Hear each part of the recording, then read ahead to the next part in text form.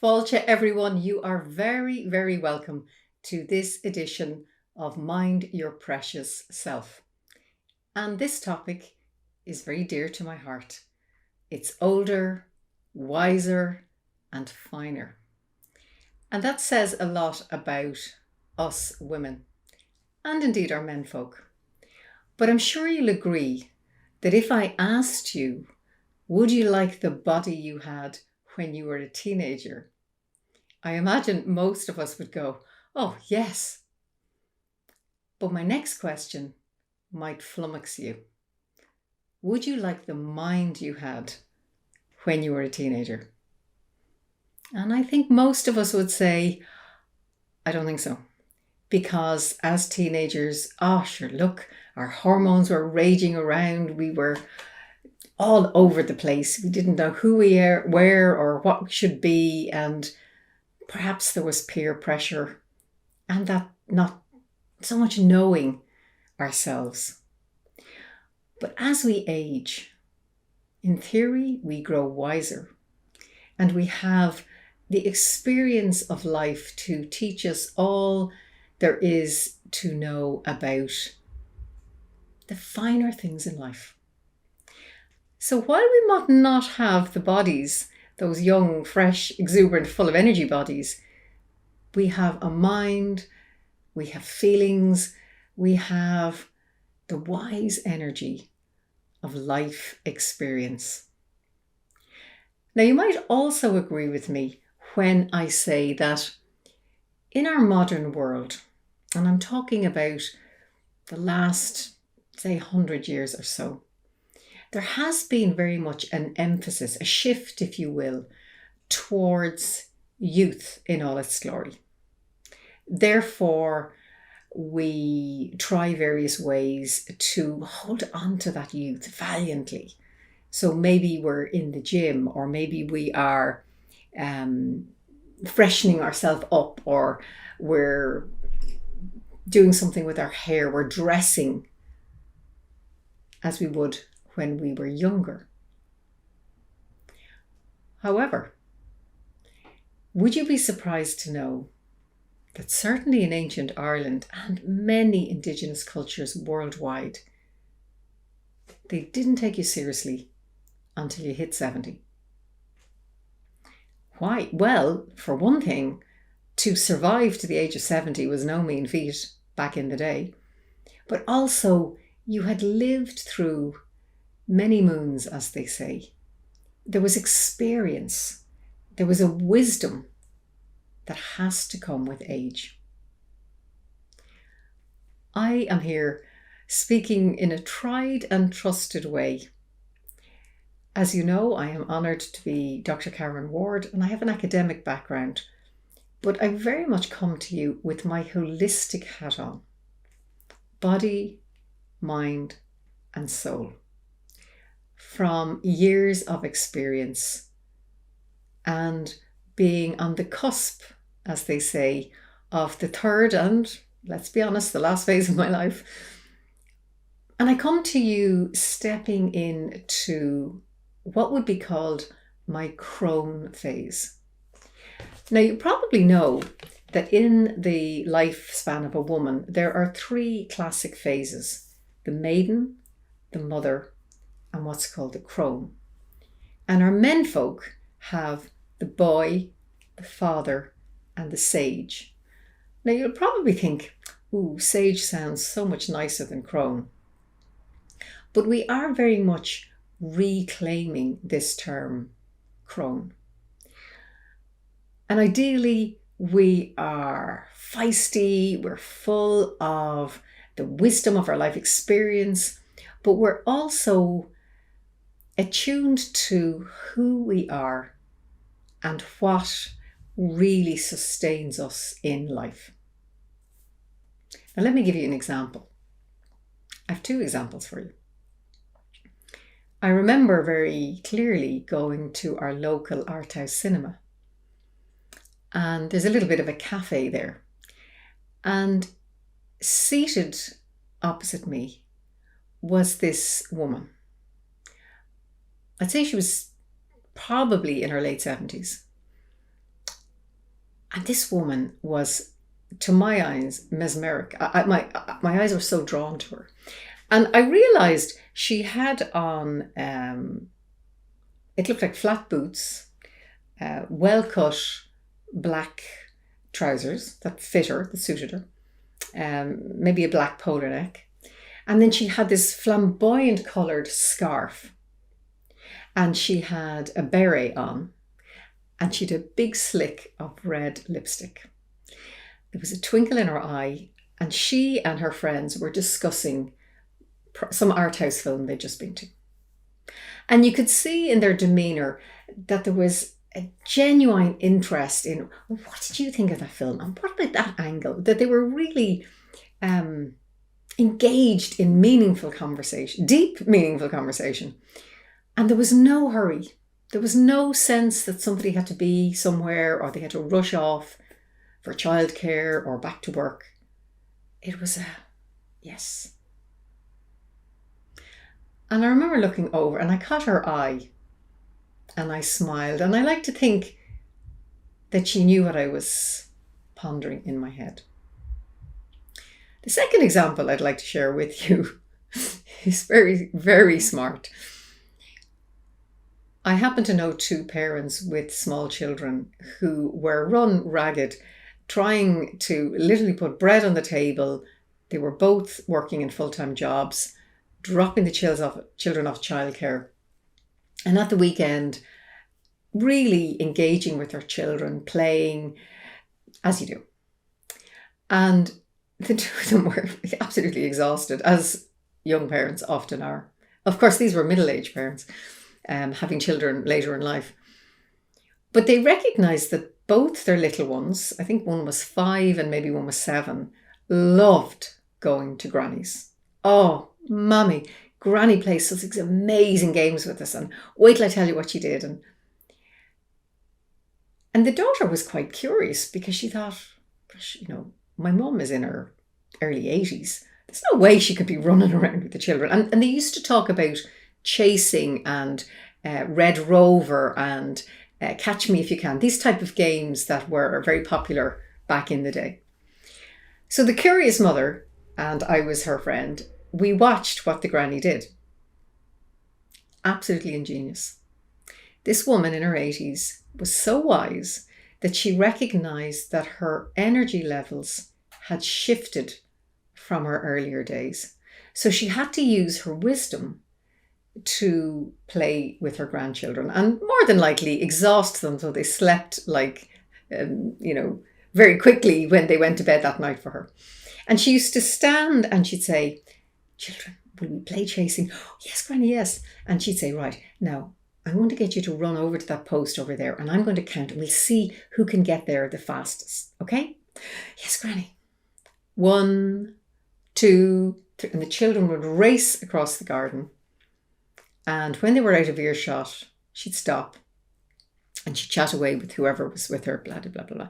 And the children would race all the way over to the red bush and then they'd stop and then they'd run back. And when they came into earshot, she'd go 18, 19, 20, well done. And so the children had fantastic fun with Granny and she didn't step from where she stood. Now there's two very examples, quite different. One is to do with the look and the demeanour and the culture and arts of the cinema, and the other one is to do with engaging with 2 generations down, but in a wise way of how she used her energy. And this is where we're coming from with older, wiser, finer. In other words, whatever our age is, we embrace the aging process. We look after ourselves, but we recognize that with growing older comes the wisdom of experience and the finer things in life. Now, I want to return to the self-care. As you know, I'm wearing my holistic hat now. And it's important that we look after our body, our mind, and our soul. We can have the most amazing partners, the most fantastic parents, the most brilliant children, the friends that are second to none. But nobody can climb inside our head or our body and do it for us. We have to do it for ourselves. Now, it doesn't mean that you have to be down the gym pumping iron every second night, unless you want to. It doesn't mean you have to be running marathons or, in the beauty salon every second day. No. It's about honouring this vessel that houses your Celtic soul. What you put into it, the food you eat, when you eat, what you drink, when you drink, how much you drink. Now, these are basic things, and we all know this. Personally, as I got older, I had to tweak, if you will, how I eat and what I drink. I've recognised that gone are the days where I could split a bottle of wine with my chap. Gone are the days when I could even think of a bottle of beer. They're long gone. So I savour very expensive whiskey, or I have really good quality gin in sparkling mineral water so I can actually taste the botanicals in the gym. Now, I don't drink copiously. I never really did, to be quite honest, but I'm conscious of sipping a small amount. I really like it. It's great. And it means I don't have a hangover the next day, which doesn't agree with me anymore. Hangovers. Did they ever? Probably not. The other thing is, and this was a huge tweak, I recognize that I can't actually eat after 7:30, 8 at night. If I do, it sits in my digestive system all evening, and it really affects my sleep and how I am the next morning. And lo and behold, when I did this, guess what? I actually dropped a few pounds. Happy days.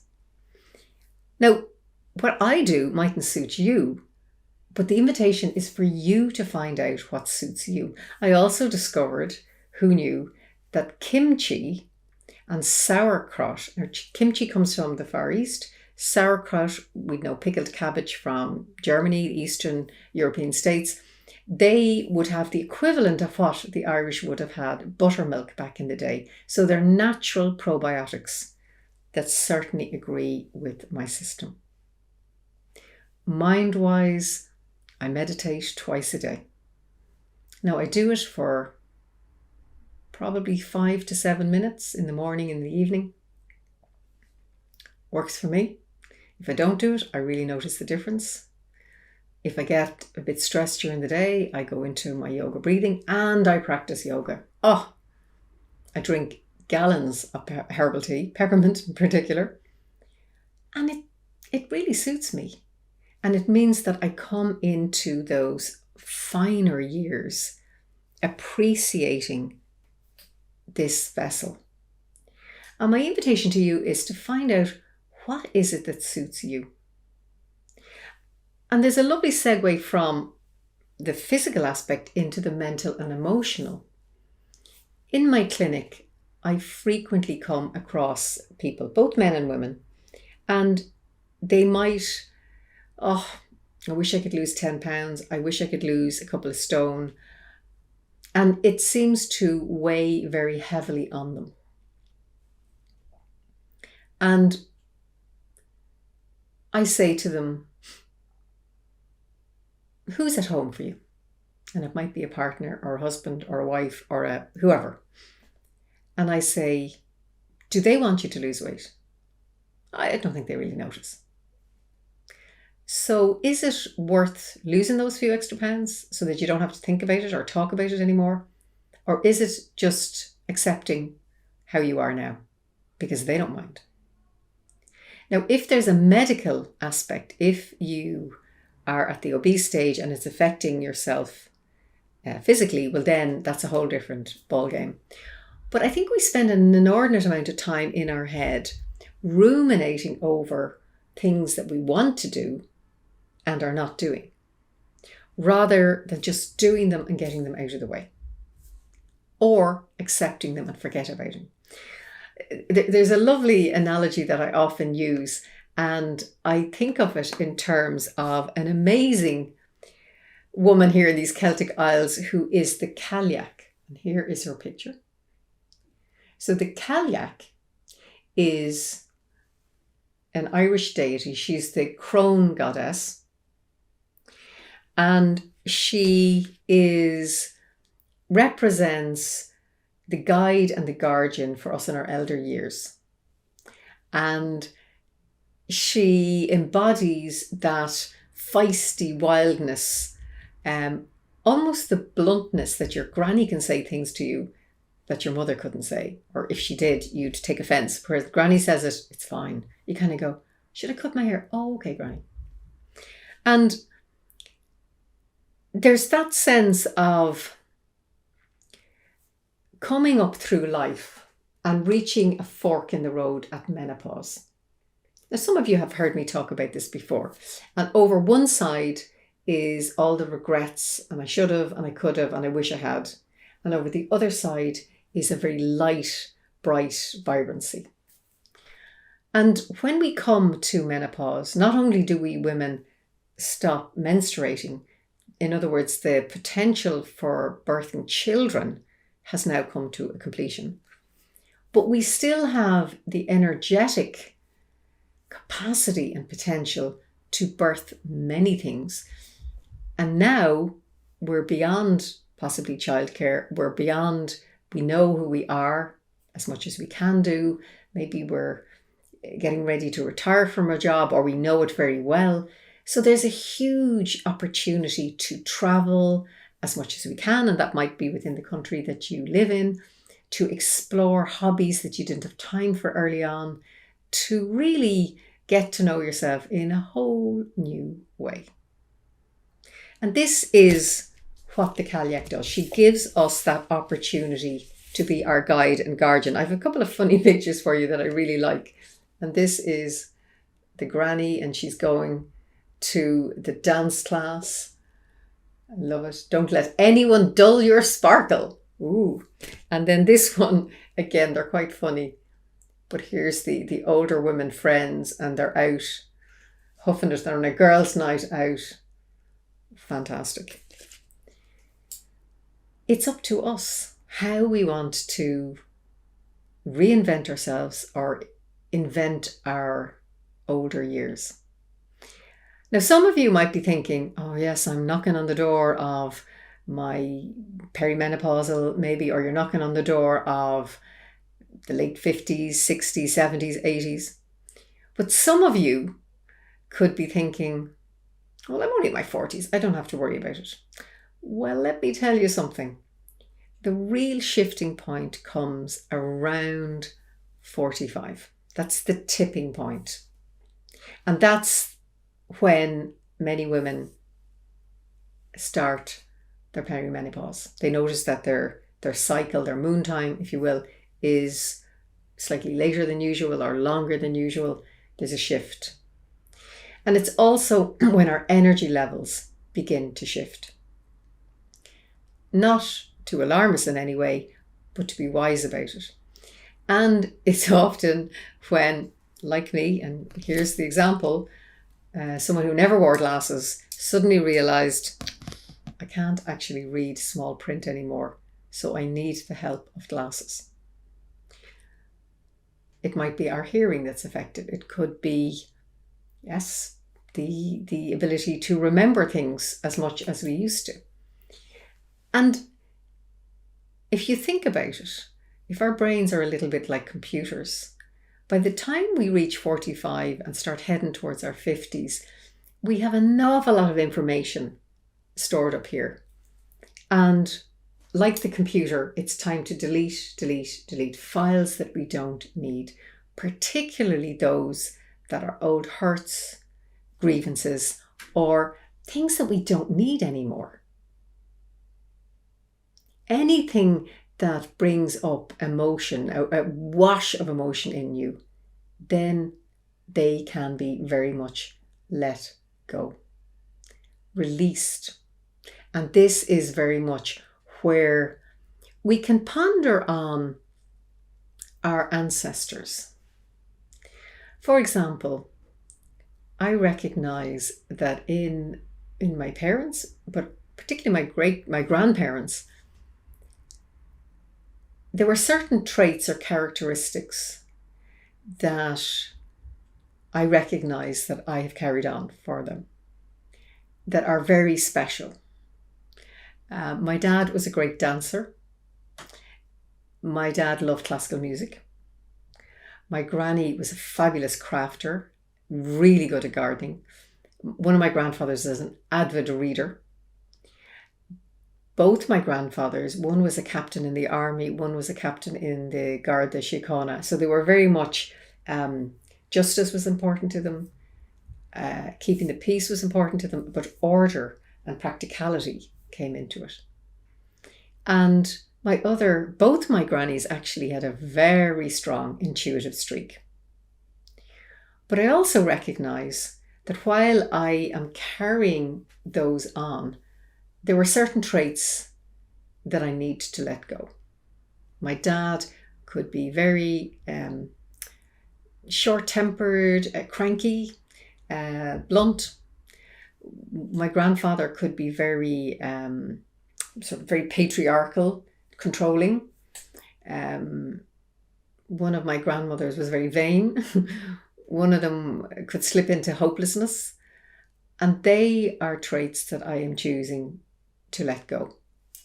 With great respect for them, knowing that they lived different lives and there was a reason why all of those things happened.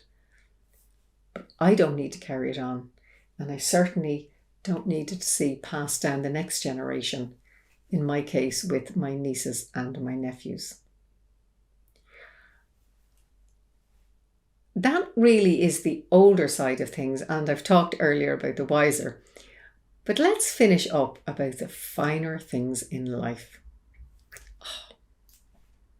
If I could tell you the amount of women and men who've sat in my clinic, taken the brave step to come into counselling, psychotherapy, or some energy therapy, different holistic therapies I've offered down the years, to explore what it is their heart yearns for.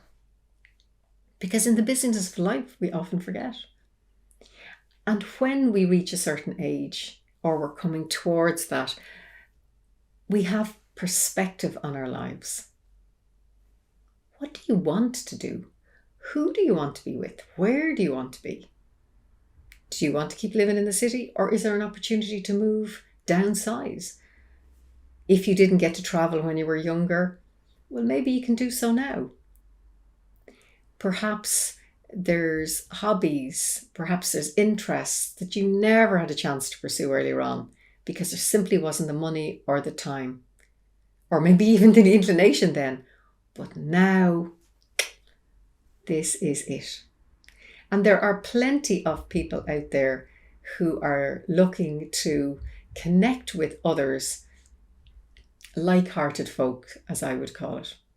In other words, it doesn't have to be that if your friends that you hang around with at the moment, if they're not particularly keen on what you like, well then trust that there's plenty more people out there who would only be thrilled to do whatever it is. Learn, I don't know, dancing, strictly dancing. Yes, go for it. Perhaps it's, you've always wanted to be able to dressmake, whatever. This is a special time, and one that we, in this day and age, I would say have an opportunity, but even more so, I would say a responsibility to shift public perception so that our elder years, our older, wiser, finer years are to be looked forward to be relished, because we have our health, we have time, and most of us, thankfully, have a few bob in the bank. And it doesn't mean that we have to have lots of money, not at all, but it means that we aren't at that early stage of our life where we're trying to find out where we fit in, who we are, and establish ourselves. We know who we are now. as much as any human can be. And to relish that and to really explore and discover this whole new aspect of yourself. You're wiser, you're finer, the older you. Enjoy.